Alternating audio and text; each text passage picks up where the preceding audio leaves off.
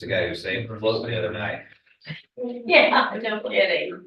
Oh, my gosh. the generator that we were using, I think it has a vent on it, and it was closed. I didn't.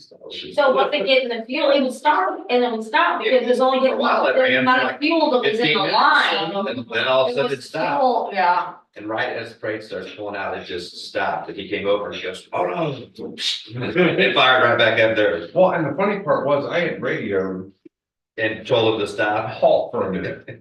Well, somebody from the women's club up front said, go. said, I don't care what they said back there, we're going. All right. I thought I made it clear that it was the women's club. Because really, if it was somebody else's Right, club, right, it seems to be you, but right. when it's the organizers, that's why I was No like. kidding. "It's this one." Because Mel.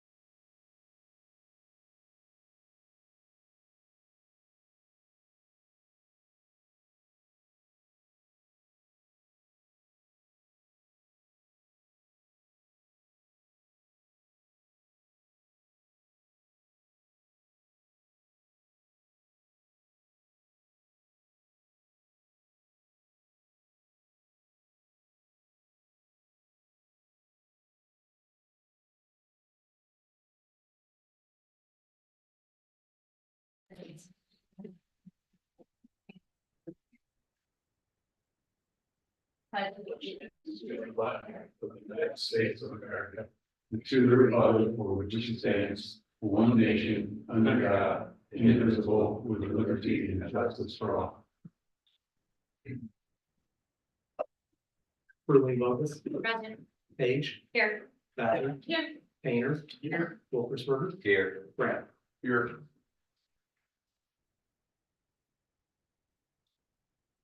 All right, we have any proclamations or anything? Is there any public comment?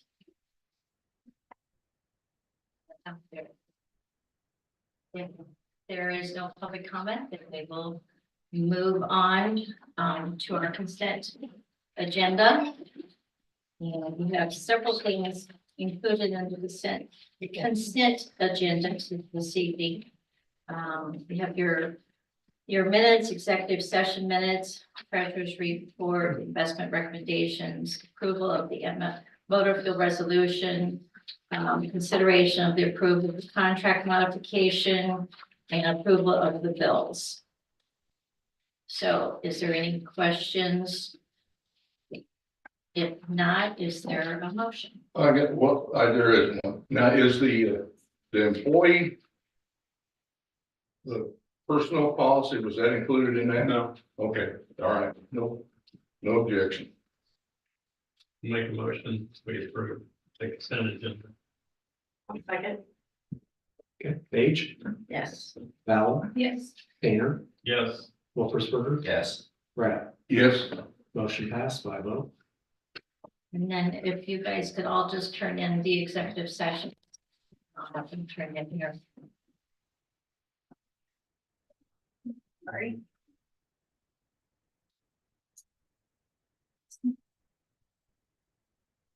All right, first item on discussion, we have a status update and general discussion regarding the TIF and the upcoming schedule for public meetings. And I will turn that over to Joe. He has part of that information in your packet, but I will have Joe explain that a little more thoroughly. I apologize. I got here right at 7 when it started, but I didn't have time for public comment. Was that, did we miss that? You started early. You're running. All right. If you can make it quick, I'll go back to, since, did you sign in? I'm usually back here, but I didn't see it anymore. I used to sit back here. There. I don't know. Is there a paper? They want to say on. You just have him announce his name. Yeah, all right. Just give it the mic. for the Yeah. record. Name and address. 201 West Briarcliff, name's Tyler. I was just looking at some of the agenda stuff and some of the stuff that I acquired, and I noticed that there's raises in there and stuff like that. And I was just interested, and I thought we were low on funds, and I guess I just am interested to know like where the raises came from and the retention bonuses and how we came up with those numbers. And I'm just curious why, and maybe it's not, but if it is going to be passed, why is it being passed before the new board takes place? I just didn't know, I mean, the new It's not, people. it's not uncommon for different employees' salaries to be reviewed and adjusted at various different times of the year. It's been done numerous times since I've been on the board, for whatever reasons, whether they've taken on other responsibilities or something's changed within the system. But yes, it's not an uncommon practice to adjust someone's salary at any point of the year. So, and as far as the salary adjustment, I mean, we have the budget in place for that. It was discussed amongst trustees that we felt it was an important thing to do. I think it would be costly to the village if we hadn't made some adjustments that should have been made months ago. And we basically were catching up. Okay, I mean, I just a quick glance of 12% was the increase over next year. I was just curious, what changed, like, what duties have changed? What are we doing more of? I mean, 12% is a pretty good increase. I mean, most people don't see 12%. I'm guessing the village employees won't see 12% in a 3-year contract. The duties haven't changed, but we were underpaying this particular employee. Gotcha, okay. And then I guess the other question would be, if we're doing that and we have the money for that, and if we discuss any TIF district stuff tonight, I'll reiterate that I'm not a fan of TIF and that I think.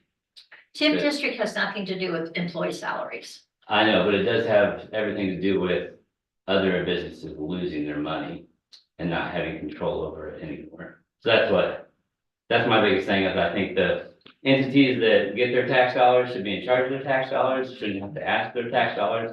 We shouldn't have pay to our go- employees what we feel we need to pay our employees to keep good employees. Gotcha, okay. So, and those are evaluated across the board. We look at other communities that are the same size as our community. And we base our salary adjustments according to what the going rate, minimum wage has gone up and it continues to go up.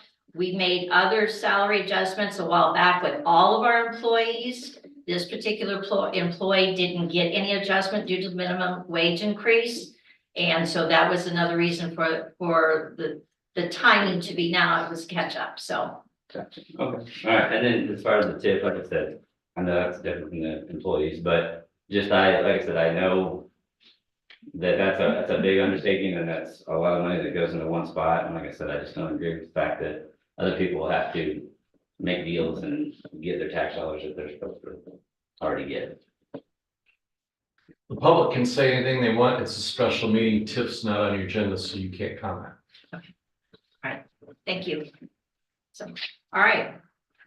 We will have an explanation of what regarding the TIF is. So, because we're not deciding anything on the TIF, it was just, it's on the agenda to Is it on the agenda? Yeah, for I the stand status corrected. I'm update. sorry, I didn't see that. Okay, yeah, I'm sorry. My fault. But yeah, we're not making no We can only decisions. talk about what's on the agenda, that's my point. Yeah. Sorry. Nope. Okay, Joe. So as you know, we've been, or you directed me a while back to work with other taxing bodies and to discuss their concerns and. To go over some of the details of a TIF district. The reason why we did that is because we're trying to combat and reverse nearly 20 years of economic stagnation. By attracting private investment. Why is the TIF needed? And as we've talked about, that these are the high level points. Village population has dropped from 3,967 in 2010 to 3,810 in 2020. And combined school enrollment has declined by 176 students since their peak in 2012. In addition to that, there is a financial gap that exists between property owners' expectations, what developers are able to pay. And then that also means that there's a place for investment in public infrastructure that would support a reasonable amount of growth. Based on your directives in the past, the immediate goal is to attract new residential options, single family homes, duplexes that could address our declining population, but then also support new families that would bring new students into the school district. Then in addition to that, we were directed to try to create a district that would support and help build a new business or a revitalized business district, which would allow us to capitalize on I-74 and Highway 150, which would in turn boost sales tax revenue primarily by the traffic coming on those two highways. To reiterate how it works, it is no new property tax increase. TIF uses future growth to pay for improvements. It does not increase tax rates. And the use of funds will go towards roads, utilities, like stormwater systems, sewers, and other public investments, which would in turn make the cost of development for a private developer a little bit cheaper. What we've done so far is we have engaged on a staff level and put these together with the schools, the school superintendents. I worked with a couple representatives from the fire district, and then also the township supervisor and the library board and the librarian to hear their concerns and get their feedback. A couple key notes about this TIF in particular is that the schools will receive an unusually high share of the new residential increment, as well as an unusually high share in the new or the existing commercial increment.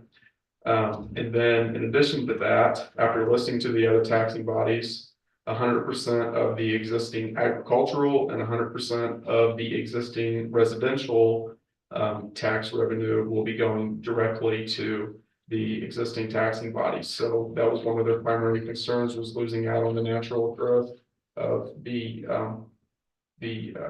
assessed valuation within the district, and 100% reimbursing that made them feel better about it on a staff level. In addition to that, the fire district requested consideration for equipment funding, especially if the TIF district triggers some sort of taller development, which would push them to need to invest in some sort of ladder truck or something that could service those types of buildings. In your packet, I have a specific breakdown of what's been discussed on a percentage basis with the other taxing bodies. And when I say taxing bodies, I mean the school superintendents, the fire district representatives, the librarian, library board, and the township supervisor.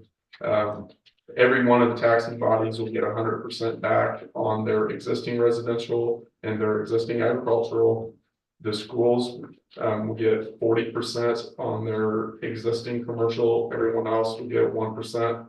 And the new residential, the schools will get 45%, and we also get 1%. And then on new commercial, everyone will get 1%.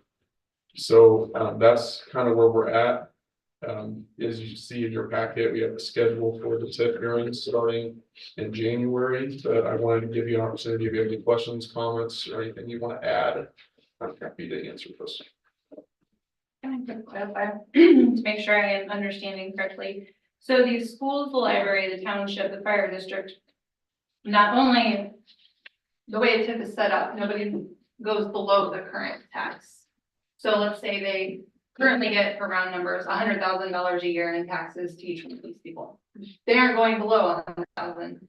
They would be freezing at 100,000, but because of this setup, they're not freezing at 100,000 every time the assessed value goes up. They're going to keep getting that just as they would if there were no TIF district.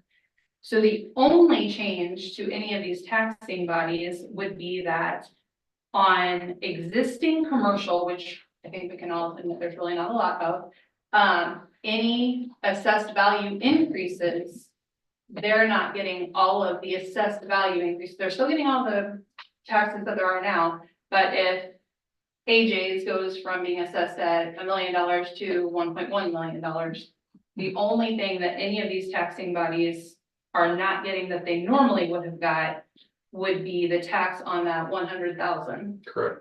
Okay. And this does not in any way affect how a business is taxed or anything that a business receives, correct? You won't see any difference on your property tax bill. Kind of thought, okay, I want to make sure that I understood this correctly, but they would benefit from new residential and new commercial if this TIF works and brings things in. There's the potential for them to get more from that. Because a normal TIF setup isn't necessarily set up this way. Typically, you wouldn't be giving 100% back to any of these taxing bodies, at least in my personal experiences. Rarely in TIF districts, this is uncommon to negotiate with other taxing bodies. Most generally, what happens is the village or city implements the TIF district.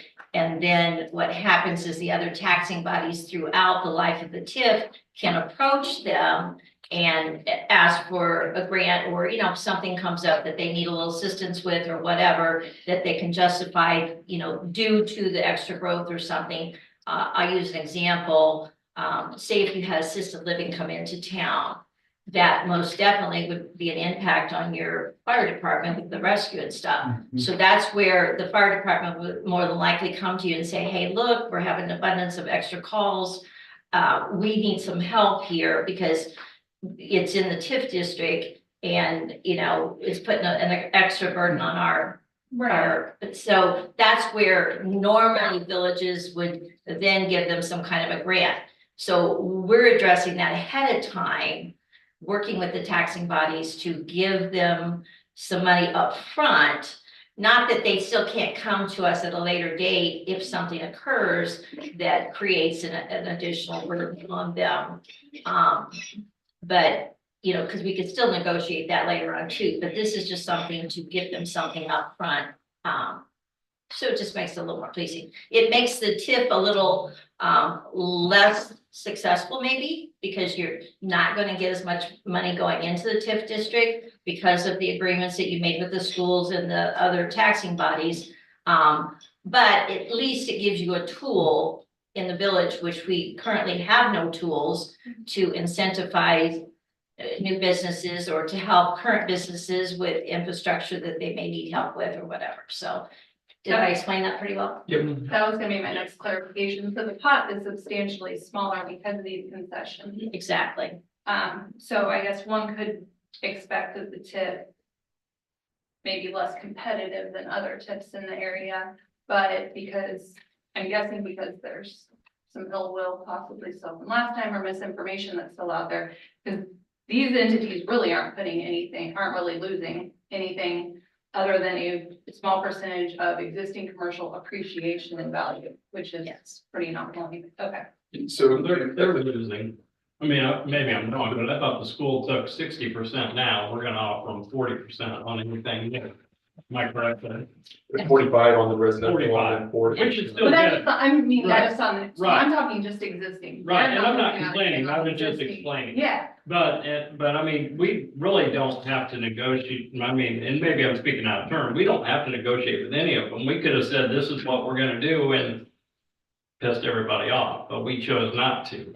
But that's what the last board didn't do. The last board could, from what I understand, the school wanted an exuberant amount of money. The TIF lasts It's gonna kill 22 or 23 years. Yeah. And before, with what the school wanted, before the TIF would pay off without taking out of general funds, before it got anywhere, it was required the taxpayers to go ahead and contribute that difference. There wasn't a break even until like 21 years, and that's the reason it failed. Yeah.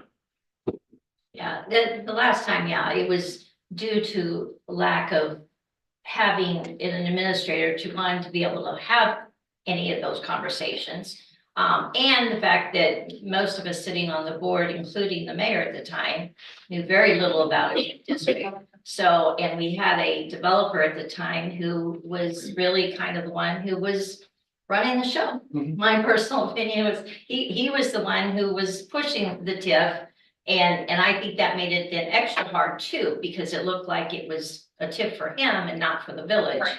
And so yeah, there was a lot of miscommunications and yeah, it was, and we decided this go around, we wanted a whole different approach. And, you know, we had Joe, who's able to spend the many hours along with the superintendents. They put in a lot of time, talking about different things and, you know, discussing the different options and how it would maybe work. So we just felt that was a better approach, you know, to go to the fire department and go to the library board and township and different things to, and that helps educate everybody too, because we've never done one here before. Right. So, Well, and like in They're not our case, we support it.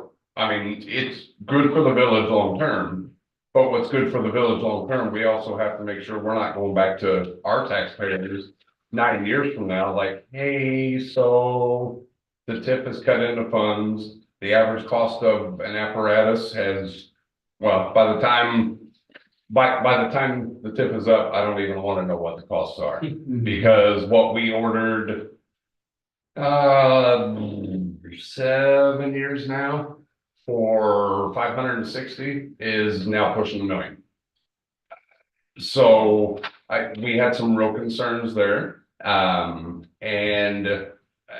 Homer, for example, has a phenomenal setup. There is no agreement where they share funds back to the fire department, but the fire department will once or twice a year, hey, we need to look at upgrading this or that, and the village will kick in money. The tricky part is none of us are going to be sitting here in 23 years.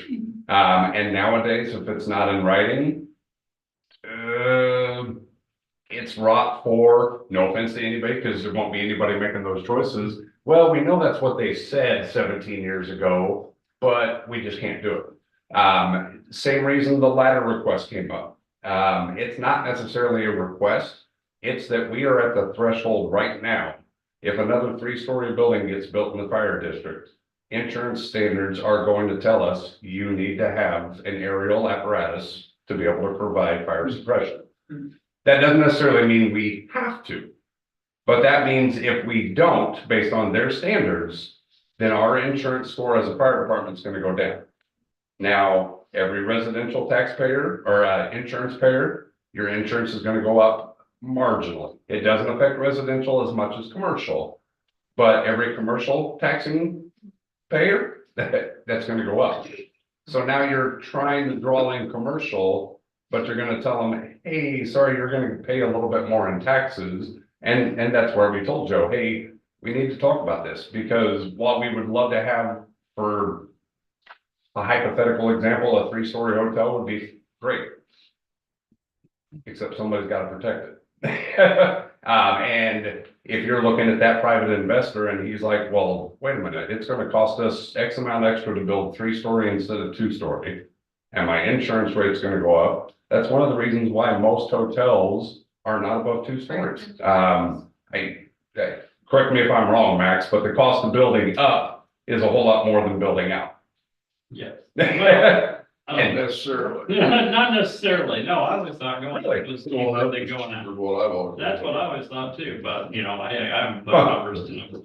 But hopefully. You can't quote me on anything, but that's what I thought, I thought going up was cheaper than going out. That's why we took a whole different approach. And, you know, it's interesting, villages our size, we're one of the very, very few who do not have gym districts. Right. And because it's the only tool out there to help with any kind of development, you know, I've done quite a bit of research. Right. Over the last few And- months. I noticed we yeah, were because going on. Homer's had theirs for several years now. I but- just hope that our pot is big enough to still attract. I hope our pot is big enough to still attract development, and that we haven't damaged it by conceding too much, but something is better than nothing. So I totally get the concession, something's better than nothing. I just hope that the pot is still big enough that in 20 years, we have enough development to buy two of every, whatever the fire department wants. Yeah. So. I think the important thing is if you look at the village's history, I mean, we've pretty much have done nothing Right, for the anything in 20 20 years. years. Yeah, I mean, I things, hope you know, it's- it's dried up as far as residential growth or any new, you know, commercial growth. And so, you know, we can sit around and continue to do what we're doing, and chances are, I mean, you might get lucky to have something happen, but, you know, to me, you have to try and do something Yeah, to we have, increase I or agree, we have to do something, something. or we're I gonna mean, go, we're um, gonna go nowhere. if you don't have some That's where we're growth, going now. eventually the fire department's gonna have to ask for another referendum. The school's gonna have to ask for another referendum. School's Because, already asking for over 7.36%. yeah, I mean, because you know, even though they're losing kids, you still have Same building. bills, I Right. mean, so anyway. So do you have anything else to add in regards to this? Nope, I wanted to give you all Sorry. this chance to ask questions if you had any questions.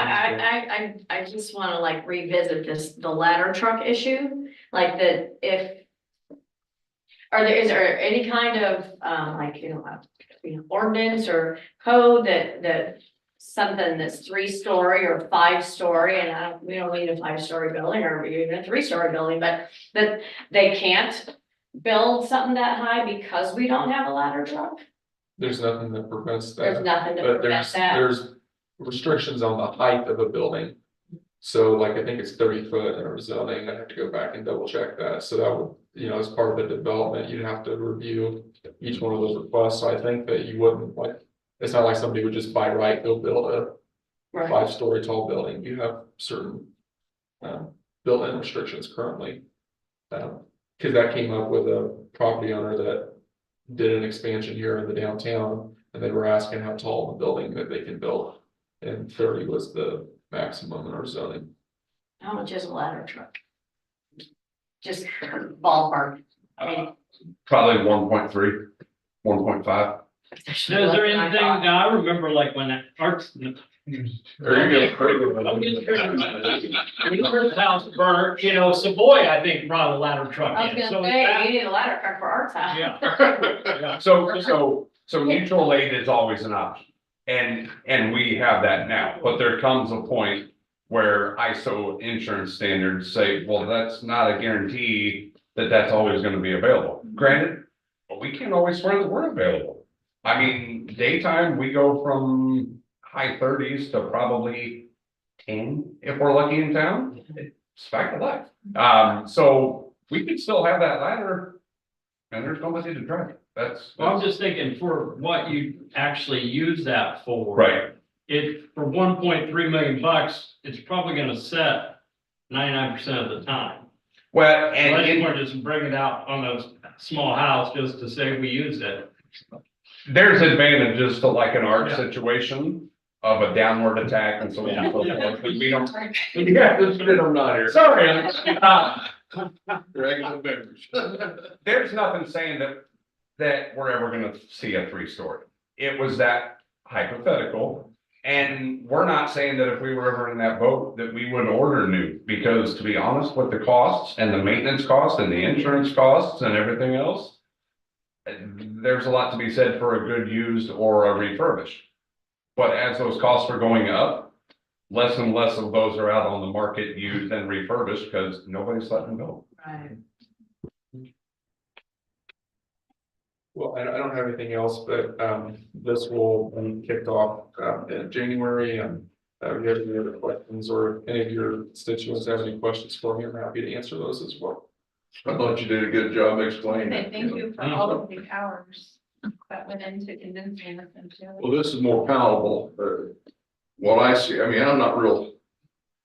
Before, there was too much a cost to the taxpayer, before, the liability before, when they looked at, it was just no brainer, that's the reason it got turned down. I'm apprehensive with the percentages here for the school, but that being said, it's like everybody gives a little bit, maybe they might move on. And it can only, the TIF can only be used for infrastructure and those kind of things, so you've got enough infrastructure to warrant it. All right, second thing on our new business is the economic development update, and we have Jim here to Good evening. give us an overview. I was having some PTSD there, thinking about funding fire department apparatus purchases. Brought back some bad memories. But he's right, they're not cheap to replace. This is a quarterly update from back in the summer /winter, so just getting around to the guys. We've been busy, continue to work. He's mentioning the 3-story structure. I was thinking in my mind would be the preliminary design of that hotel. I couldn't recall if it was 2 stories or 3 stories. I was thinking about it. So we're still working towards development, and I applaud you guys for your pursuit of the TIF. I can tell you as a long time city administrator, city manager, the multiple communities that had TIFs and enterprise zones and business districts. To do economic development, you have to have tools. And we talked about that during the strategic plan. You have to have tools in your toolbox to be successful. Because the state of Illinois or state of Kentucky, Commonwealth of Kentucky, state of Missouri, they only give you certain tools you can use. In Illinois, TIF is one of those, enterprise zones and bill stacks and business districts, so you can multiple tools in your tool belt, but they're very limited. TIF is an effective tool, and I applaud you guys for doing that. I've talked to Joe several times on the phone about how you guys are going about doing that, and I applaud you for collaborating with your community partners as well. I've been on the other side of the table where we didn't. And so basically, when we generated the TIF came to the city, and we use that to maximize the benefits of the city, to grow the city. But then, as the mayor was saying, you're spot on. Our community partners would come to us and say, hey, we need to put a new parking lot in, or we need a new fire truck, that type of thing. Well, there were city fire trucks, that wasn't part of it, but yes, that's when you do grants for those needs, to meet those needs. But I applaud you guys for doing that ahead of time.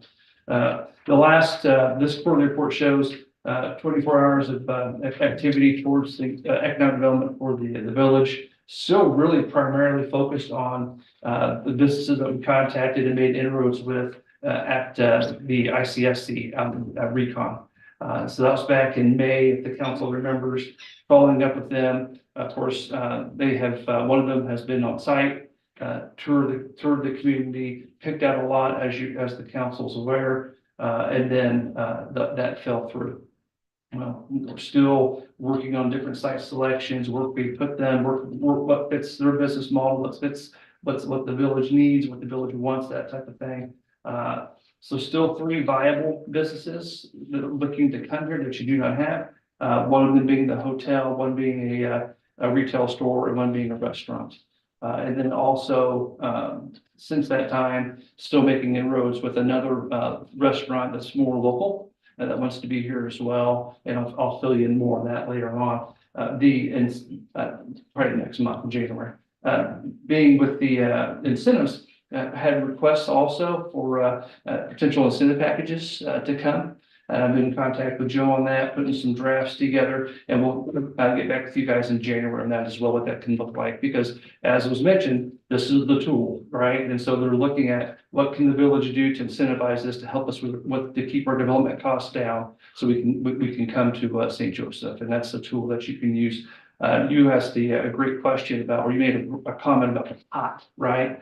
So you're right, because the money that goes into the pot, you have to build over time. And there's 23 years of the TIF, right? So you're building that over time. But when you have these engagements, these incentive programs, if you will, you're giving money out as well for that development, right? So Joe and I talked about what that can look like for one of these projects. It's over a $10 million project, what that's going to generate. I think it was like $338,000 into the TIF. And then basically what's that look like? You know, what can we give back to that developer? What's stomached by the body here? What's your preference that way? But you spread it out over years. So it's a reimbursement, right? So you could do a TIF bond, a revenue bond, say we're gonna generate X amount of dollars over the next 10 years in the TIF. We're gonna bond it out to give that out as an incentive. Or my recommendation is just to spread it out over the years. You know, well, it's basically, if the TIF generates it, we will give up to X over this many years, that type of thing. So you're right. So it only generates a little bit. So that's all you have to use, right? And the more investment you have in the TIF, the more it's going to generate. And then it starts to snowball. You know, that's when you start to be able to use the TIF to put in the infrastructure, the roadways that's going to help with the development, the drainage issues, it's going to help with the development, the lighting, that type of thing. Anything you can do to kind of enhance and incentivize development. You know, so, and then also site work, site prep, acquisition. It all just builds, and then that's how you grow it. So you're spot on with that. So, and you're already getting interest in that. I've already had that request. You know, what can we do for the developer? How do we bring these costs down? That type of thing. I've been working with them on those issues. So, but you'll be getting that from us probably in January, a separate project, very similar, not using TIF as a tool, but using other means of being more creative as a tool. We'll come to you in January as well, maybe have some one-on-one Zoom calls, that type of thing, to talk about what this developer might be. Does that make sense? So we're making progress. So they said before, it is a marathon, you know, and so I felt like we came out slow, we sped up, and then it's like, man, we're in the dog days of summer, and then we're starting to shoot back up again now. So I'm getting real excited. A lot of activity over the last 2 weeks, which is really good. So, any questions for me? I will try my What best to answer. activity in the last 2 weeks has gotten you excited? What specific activity over the last 2 weeks has gotten you excited? Just what I just said. Just.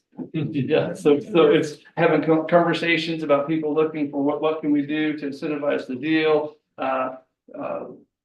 You know, a person interested in purchasing some city-owned property, what's that look like? We're asking for an offering from them. You tell us what you're willing to pay, that type of thing. So, and also conversation I had today got me really excited, and that was basically trying to kickstart a development that we thought was dead at a site. And I think we're making some progress there too. So very excited. I talked to Joe I think 3 times today on the phone. Some of it is we're trying to encourage existing property owners to and motivate them to do something on the property. Yeah. And you have some folks that are very passive, and so they need some encouragement. And Is it inappropriate to discuss that there is one property that has restrictions on who can develop on that property? I mean, is that? I think so at this time. It's inappropriate to mention that? Yeah, I think so at this time. Then I'll be nice and not mention it it. highlights So that. those totally millions Yes. of development, it actually is a hindrance to the village in growing if somebody is not willing to allow growth. Let's just say that your administrator came up with a clever idea that we're working on. And I think we're making some inroads. Does not Good. surprise me. It's a clever idea. I don't want to harm any property, so I'll be nice and not say anything. I appreciate that, Madam Mayor. Thank you. So, is there any other questions for Jim? Well, thank you very much for coming out. It's an update and appreciate what you're doing, and It's getting exciting. In January, you're gonna find out a lot more. So we'll have to set those meetings there. Excited, excited. all right. Thank you. Thank you. Have a Merry Christmas. You too, you too.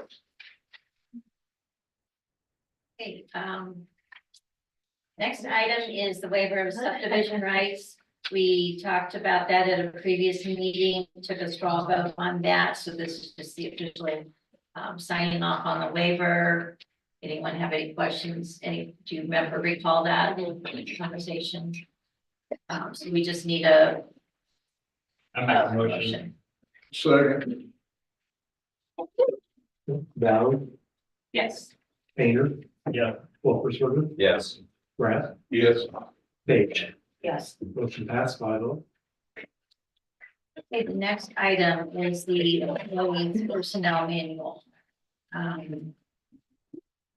Employee manuals need to be revisited at various different times just to keep them updated with mandates and different things that come along that changed within employee law. So ours was overdue for a review. And so in your packet, you have the markups of all various different things that were changed and updated. The only significant, which is really not significant, we improved the vacation schedule for the employees. And then also, do you want to explain the cash out a little more if people have questions on that? The way you have your vacation set up currently is that if December 31st, it's capped at 80 and it doesn't roll over.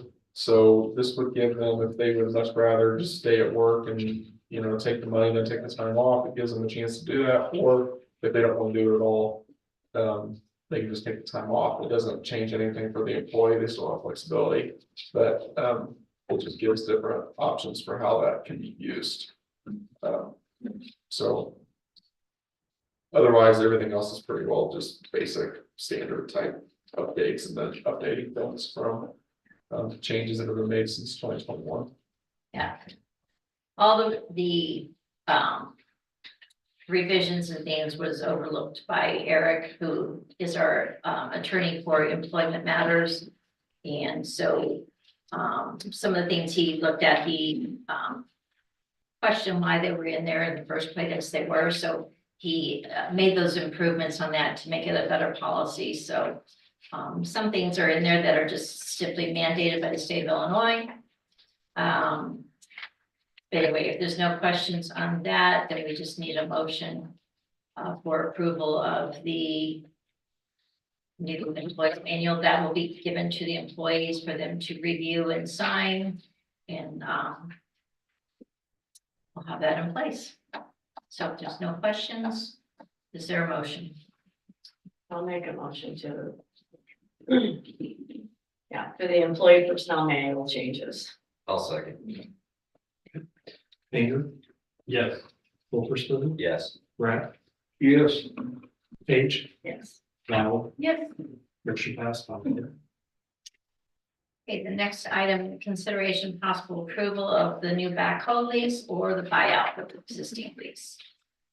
So, is Mike online to discuss that, or are you He is. going to discuss that? I'm gonna let Mike's gonna go through the details that he put together for you all. Basically, you just we just need some direction on how you want to handle the end of the lease that we're currently on with the backhoe.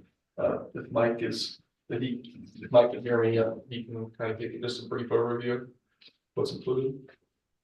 Are you there, Mike? Yeah, okay. If you see, on the one piece of paper, I'm assuming everybody has with the quote and the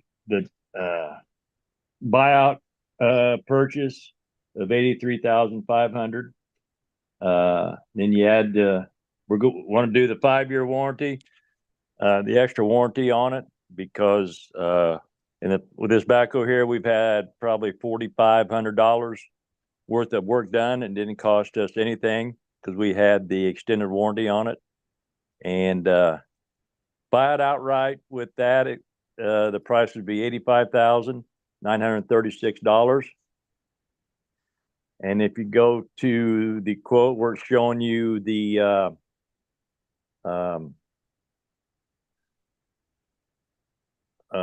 if we don't pay the extended warranty outright, the cost per year would be $25,386.02.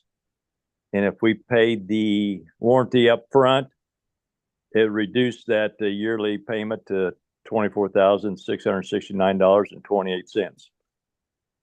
And you'll see another piece of paper there, what's covered on the warranty. Most everything from top to bottom is covered on it. So The only thing I've got a lot of concerns, but, the trade-in value, I just have never really liked Berkey's trade-in value.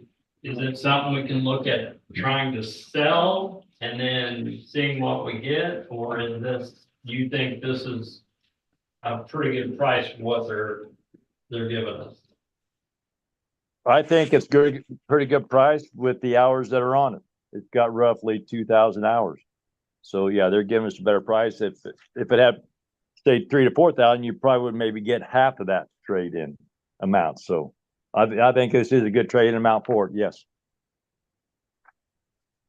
Hey, Mike, Yeah. I got a question. I was looking at some of the bills back here you had. Are these ones that we had to pay? No. All these bills that you see there, it's all warranty work. No, we didn't pay a dime for any of this. No, nope. That's why when we bought the last one, that's why we have bought the extended warranty. Well, I mean, my concern, like on that one on page 54, it's like the air conditioner wasn't working and removed the grill and blew out the cooling.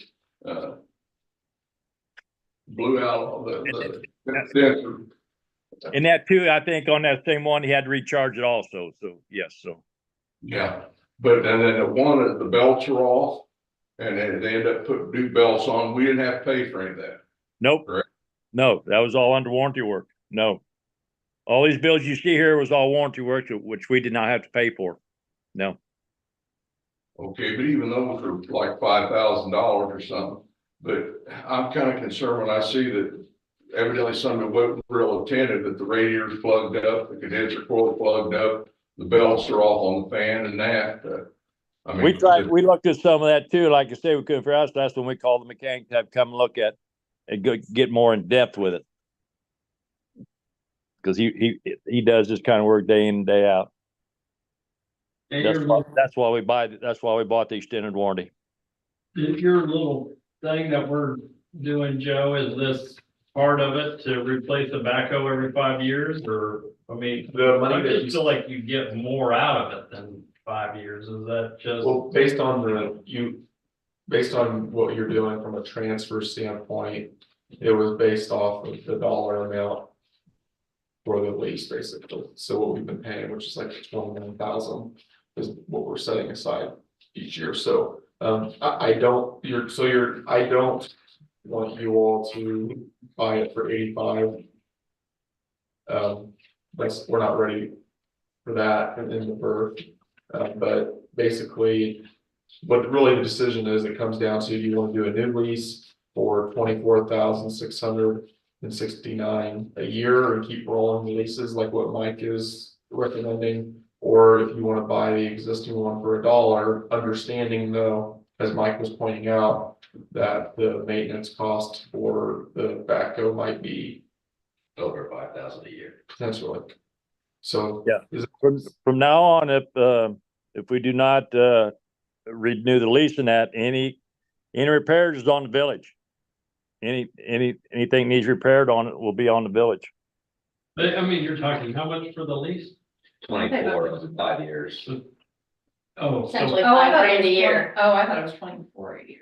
no, it is 24 a year. Okay, that's you're right. telling me Oh. for a year for a new one, or Or we might have $5,000 in repair? Yeah, I'll take the dollar. Yeah, I take the repairs. Especially Yeah, if we're thinking- yeah, the new lease is what, 24,669. It's more attentive to the air conditioning one that when you got, that's something that should be monitoring anyway. I'm saying that's something, yeah, we can pay a little more Okay. attention. And then also, like I say, you got a machine 5 years old, and then it's probably going to start nickel and diming you. So I just want to let you guys know that too. So it could start nickel and diming you. $1,000 nickel and dime. Well, just put Okay. $3,000 worth of tires here in a month or two. And there's nothing, I mean, we can still, if this one goes south real fast, then you look at You it. can still here trade it to- in, right?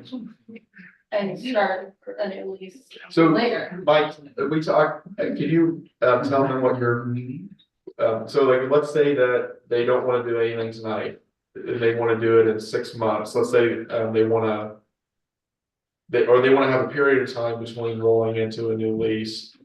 All that would impact is what Berkey's is willing to give us on the trade-in value that we're. Trade-in willing. value and depending on, now then, the interest rate you see on there, it will never go higher.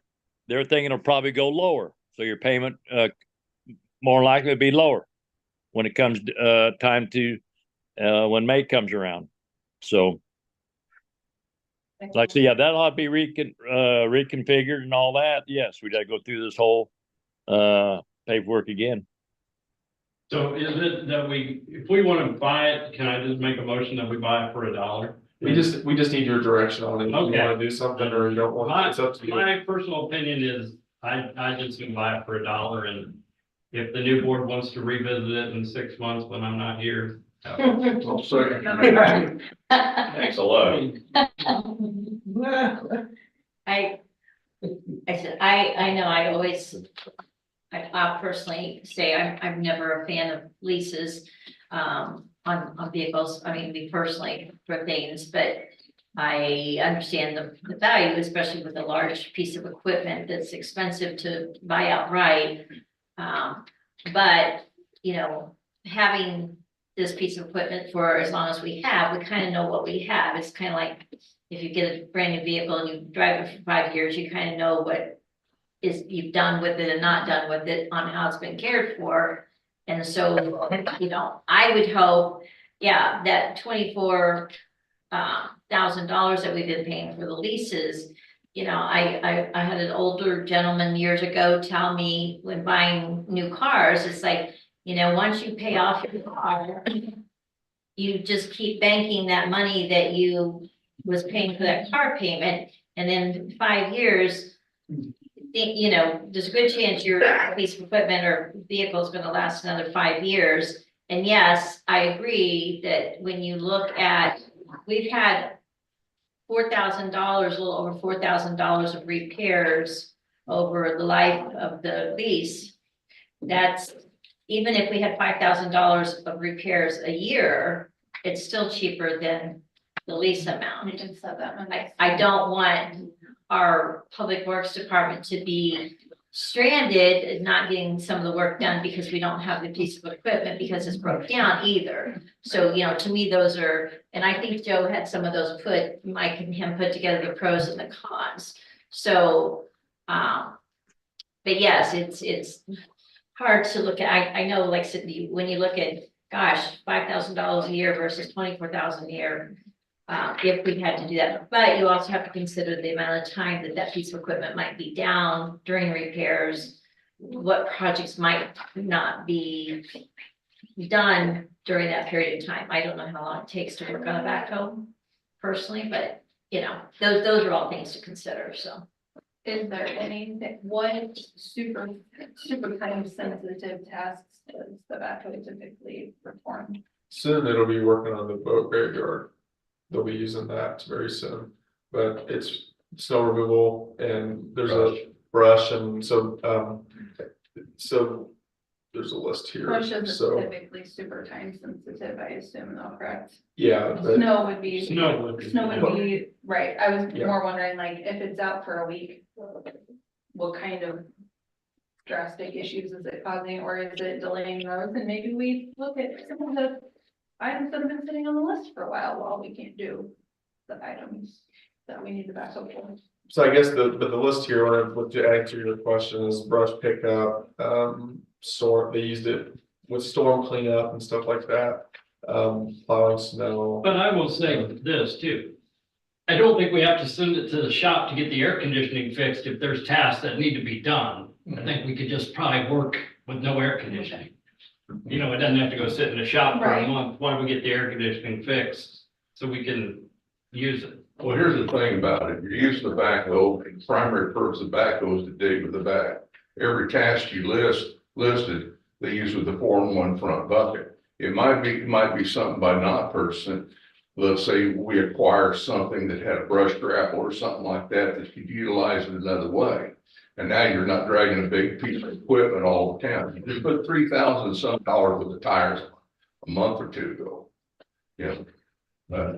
I seconded Mac's motion. $5 for a dollar. Right, so Max made the motion. He said he doesn't need a motion. He said he just needs direction. No, if you want us to do the buyout, then we need you to talk, you don't need to do that. I make a motion, we buy it for a dollar. And I'll second that motion. Next time we can chip in the dollar. Honestly, I don't know. Pocket. Speak for yourself, Art. Wolfensberger, Yes. Brad, Yes.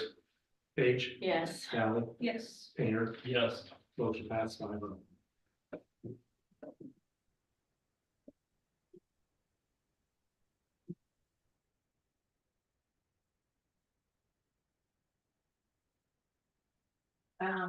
Last item on the new business is, in your packet, Joe's put together the information for, going out for bids for the field treatment and mowing for 2025. But you'll just send it out you'll put it out there. If someone new wants to throw in a bid, they can do that also. Last year I sent it to 6 different providers in the area and 2 submitted responses to it. So I'll do the same thing. I'll try to see if there's any additional ones I can add just to try to get some more quotes. And are we gonna put one out for mowing also? You don't need to tell me that. If you want to get another quote. I would say if you could get bids for mowing, that'd be great. At least to look at. Okay. I will. put those Did out. we ever get like a final cost of what you think it cost us for them to mow? I mean, it was kind of like, it's something that started, I thought we solved something and they were keeping track of it and then. It was muddled. It wasn't specific enough that where you could really break down how much of that was spent mowing. It was not clear. But Gusto has more data on the whole mowing season at this point, so I can double check that and see on the wage standpoint, but it's going to be really difficult on the fuel estimates and stuff like that. We can give you estimates, but it's kind of all. Even that's all I mean, if you just have something ballpark-ish, just to see where we stand, if we're going to really Well, how go. many hours? Yeah. We're talking, Is a specific amount of I hours think mowing. please, I think, great. Well, are you clear on breaking it down to different parcels to get estimates where you go ahead and say, like this area here, like a Colton Park or like a sports complex? I'll probably model it off of the same exact RFP I put out last year. Okay. And then when I get those details back, we'll have some more firm estimates on what it cost us in-house to do. Okay. And like another option would be is if you wanted to just do a seasonal or part-time type. That can do that so they can focus on the other items that are pending. Okay. But it's, you have options, but what I'm saying is I can get all that, put it side by side, so you can make a decision later on. And Mike should be able to break that down for you, because he does keep track of, or when the guys turn in the hours, don't they? It's tracked online in Gusto, they code their hours now. Okay. There's a number of hours that goes to. And I can pull that code. Last year when we did it, we didn't have a lot of data in there. Right, it wasn't like apples to apples. We Yes. decided. It was Gusto didn't have a full mowing season at that point, like what we do now. Well, I think wasn't the issue also that we only put out a bid to do partial mowing, therefore we still had to keep the current mowers and keep them updated, and that's a major expense. So I think it has to almost be, we have to almost have a quote of all the mowing, as if we have no equipment. Because we're trying, my personal feeling is we're trying to not have the expenses of the equipment, especially since there did seem to be a lot of wear and tear and repairs and things that added up quickly. Whereas if we say we're gonna do some and we're gonna hire out some, I don't know how that's ever gonna make sense, because then we're still paying for the equipment and paying someone else, but if we aren't having to pay for equipment and maintenance for someone to do it, then I can see it maybe making sense. From what I recall, that was part of the issue, was still having to have the equipment. If we And didn't. also manpower, I think too, you know, if we have the guys Three in a month. working on projects that, as you know, with the list is like an ongoing Not list changing. that things aren't getting done, then, you know, if you have the help with the mowing, then the guys could maybe focus on those other projects Right, too. I think that was also part of the discussion, wasn't it? Yes. That they wanted to keep doing the mowing, and we said, well, let's see how you can handle it with the list, but the list really hasn't. Yeah, Short, and the list is. I mean, it's like, we'll get something done in summer 2023 or something, and it's still hanging out. Yeah, so. So did you get? I'm gonna put out both proposals and then we'll have those numbers for you whenever they come back. I'll probably try to get it to where they submit their proposals by the end of January. That's what we're shooting for. Okay. So, I see no old business. Mark, do you have anything to add this evening? Don't think I do.